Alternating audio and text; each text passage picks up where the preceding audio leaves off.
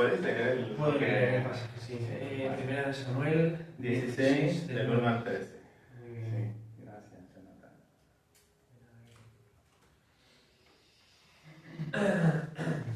Samuel unge a David.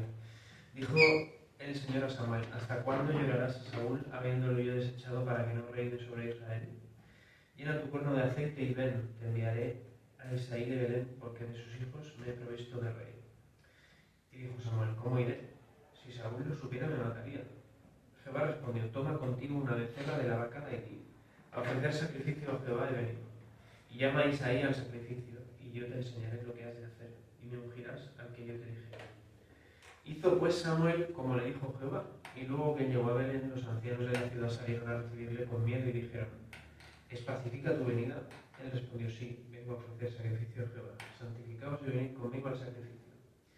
Y santificando él a Isaí y a sus hijos, los llamó al sacrificio. Y aconteció que cuando ellos vinieron, Samuel vio a Eliab y dijo: de cierto, delante de Jehová está su ungido. Y Jehová respondió a Samuel: no mires a su parecer, ni a lo grande de su estatura, porque yo lo desecho. Porque Jehová no mira lo que mira el hombre, pues el hombre mira lo que está delante de sus ojos, pero Jehová mira el corazón. Entonces llamó Isaí a Abinadab y lo hizo pasar delante de Samuel, el cual dijo: tampoco a este ha escogido Jehová. Hizo luego pasar Isaí a Sama, y él dijo: tampoco a este ha elegido Jehová. Hizo pasar Isaí 7 hijos suyos delante de Samuel, pero Samuel dijo a Isaí: Jehová no ha elegido a estos. Entonces dijo Samuel a Isaí: ¿son estos todos tus hijos? Y él respondió: queda aún el menor, que apacienta las ovejas. Y dijo Samuel a Isaí: envía por él, porque no nos sentaremos a la mesa hasta que él venga aquí. Envió pues por él, y le hizo entrar, y era rubio, hermoso de ojos y de buen parecer. Entonces Jehová dijo: levántate y úngelo, porque este es. Y Samuel tomó el cuerno del aceite y lo ungió en medio de sus hermanos, y desde aquel día en adelante el espíritu de Jehová vino sobre David. Se levantó luego Samuel y se volvió a Ramá. Señor, gracias por tu palabra, gracias una vez más también por tu provisión, Señor, y porque tú eres un Dios fiel, lo has manifestado a lo largo de la historia, Señor, de la humanidad. Gracias también porque no hay ningún detalle, Señor, del momento en el que nos encontramos que escape de ti y podemos ver tu mano en cada situación. Oramos por Gary, Señor, y te pido que tú le des también paz y calma y que pueda expresar y exponer, Señor, esta predicación que él ha trabajado, y te pedimos también que nos des a nosotros oídos para escuchar y que también puedas aplicar esta predicación y tu palabra en nuestra vida, Señor. En el nombre de Jesús, amén.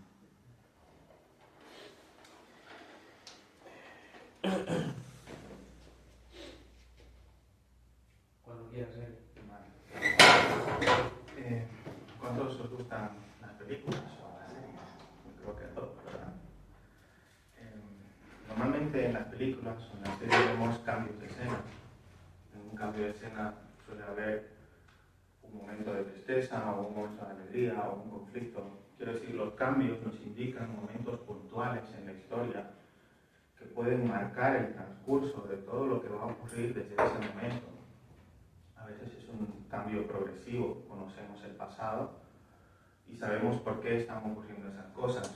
Entonces, algo similar tenemos en el concilio de Elrond, no sé cuándo habéis visto El Señor de los Anillos. Aquí se está discutiendo acerca de la amenaza del mal, de Mordor, y de la amenaza de la libertad de la Tierra Media, porque Mordor quiere conseguir el anillo que controla todos los anillos. Y aquí se está discutiendo concretamente si destruyen el anillo o si lo utilizan contra Mordor.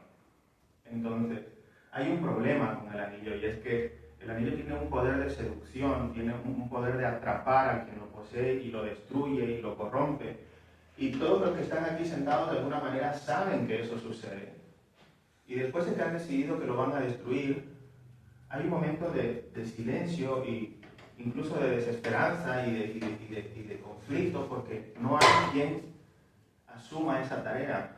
Y entonces un pequeño joven, hobbit, que está aquí, que es Frodo, se levanta y dice: yo lo llevaré. Y Elrond, que es el más sabio de los elfos, dice, si entiendo lo que dices, Frodo, si nadie encuentra el camino, solamente tú lo puedes encontrar.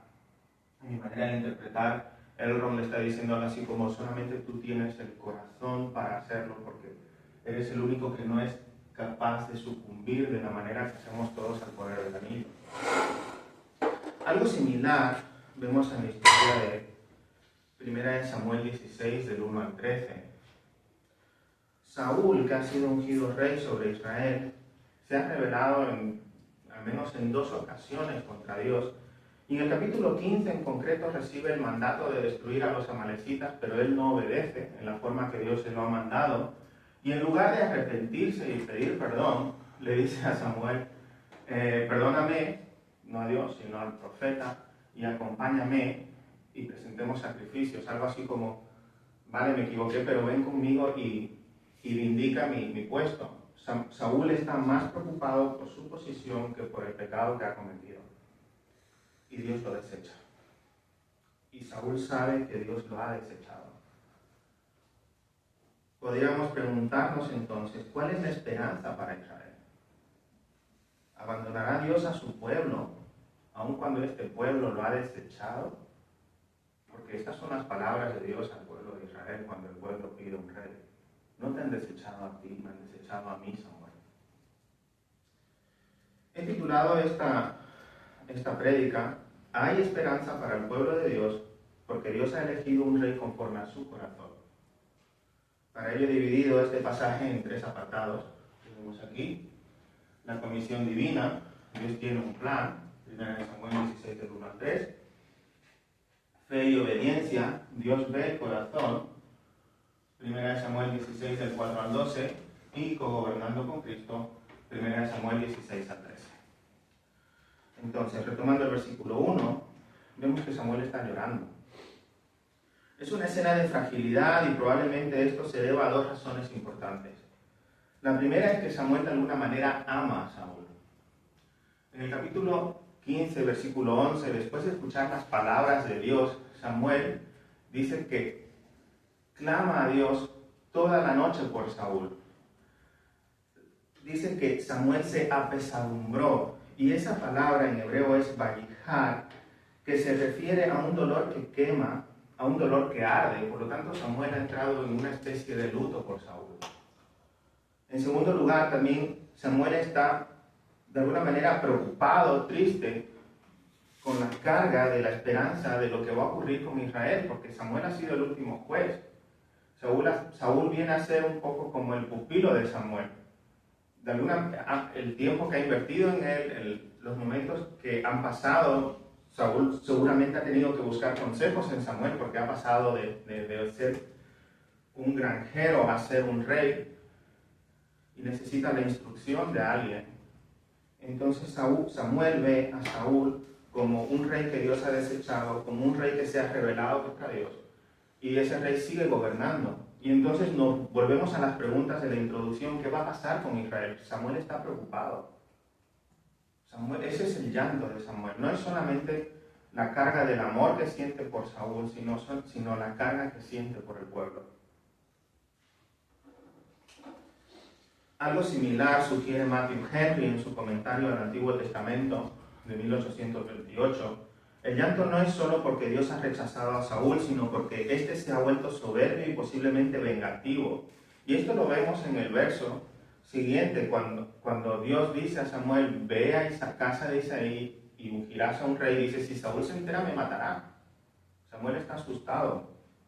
Ahora, retomando la situación, vemos que Samuel no solo está triste y desesperanzado, Algo también que tenemos que preguntarnos en este momento es, ¿por qué Samuel no ha ido a Dios? Samuel está llorando, y en lugar de ir a buscar la guía y la dirección de Dios para esta situación en concreto, él está acongojado, está triste, posiblemente está pasando por un momento de debilidad, su fe está flaqueando, y entonces Dios tiene que intervenir en la escena. Dios tiene que decir, ¿hasta cuándo llorarás a quien he desechado? Levántate, me he provisto de rey. Ahora, lo que el autor no nos está diciendo con esto es que Dios se equivocó en la elección de Saúl, porque desde el principio, en Deuteronomio 17, del 14 al 15, Dios dice: cuando hayas entrado en la tierra que Jehová tu Dios te da, y tomes posesión de ella y habites, y digas: pondré sobre mí un rey, como todas las naciones que están en mis alrededores, ciertamente pondrás por rey sobre ti al que Jehová tu Dios ungiera. Entonces Dios está vindicando el reinado de Israel. Pero tenemos que ver dos cosas aquí. La primera es que en los capítulos 8 y 9 el pueblo se ha rebelado, ha rechazado el gobierno de Dios.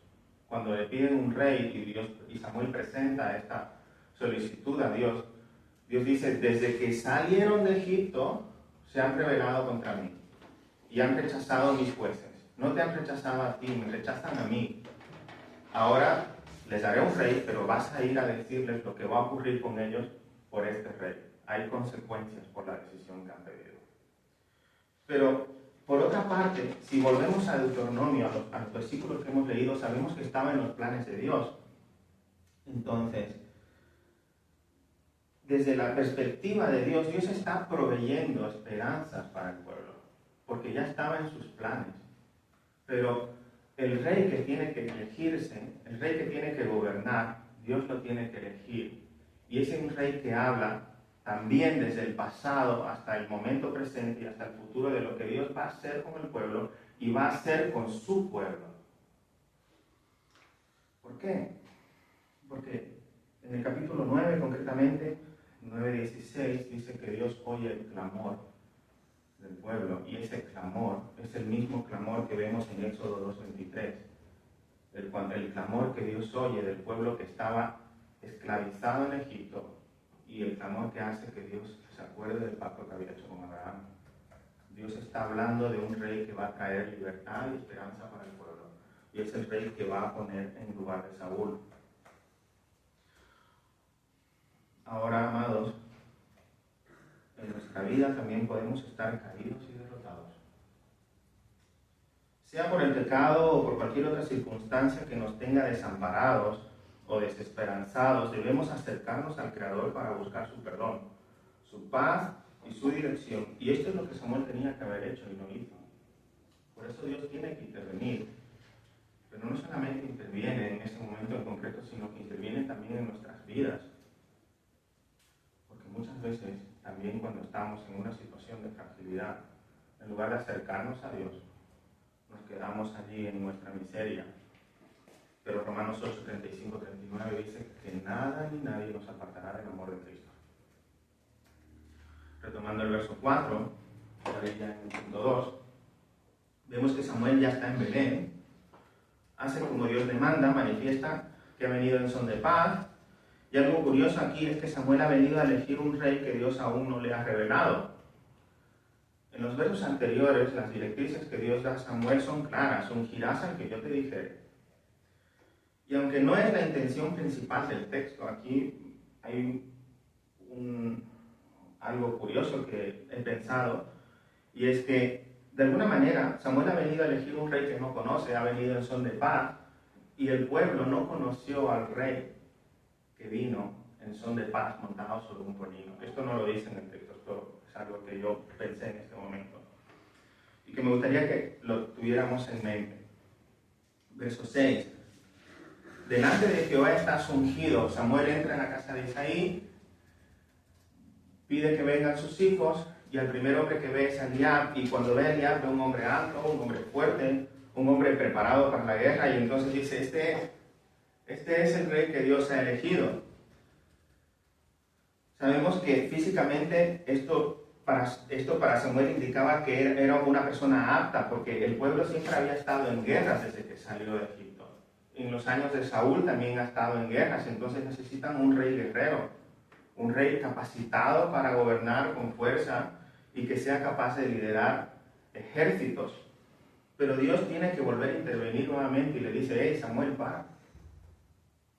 No mires con tus ojos, porque tú estás mirando con tu discernimiento, con tus ideas, sin tener en cuenta que yo veo en el corazón y yo estoy buscando algo diferente. Entonces, El mandato que Dios le da a Samuel de ve y unge al que yo te dijere no es solamente de obediencia, sino de fe. Samuel tiene que confiar en lo que Dios le va a señalar. Samuel tiene que confiar en la decisión de Dios.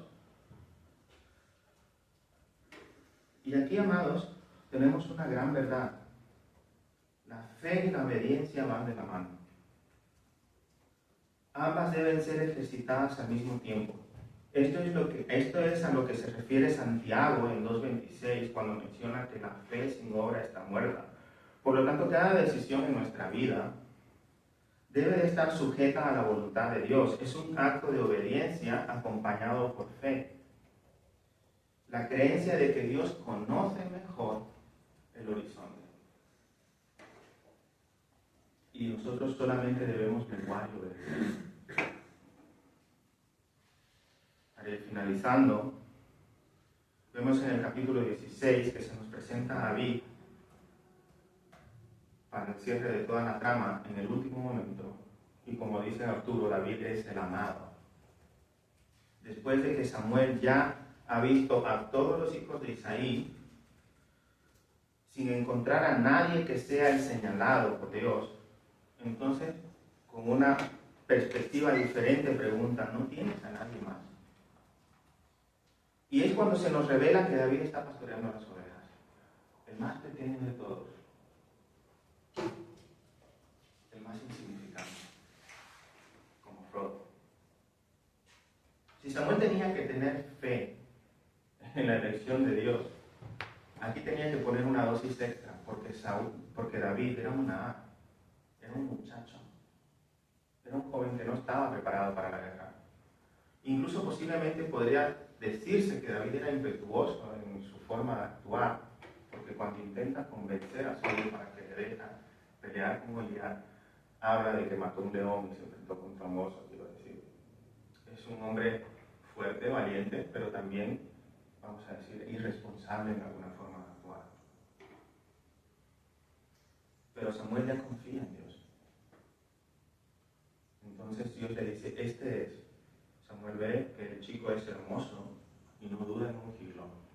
Y la historia cierra con el Espíritu Santo que desciende sobre David desde ese momento. Esto nos recuerda que Cristo murió por nosotros y nosotros también recibimos el Espíritu Santo por ese sacrificio que Él hizo en la cruz. Es el Consolador.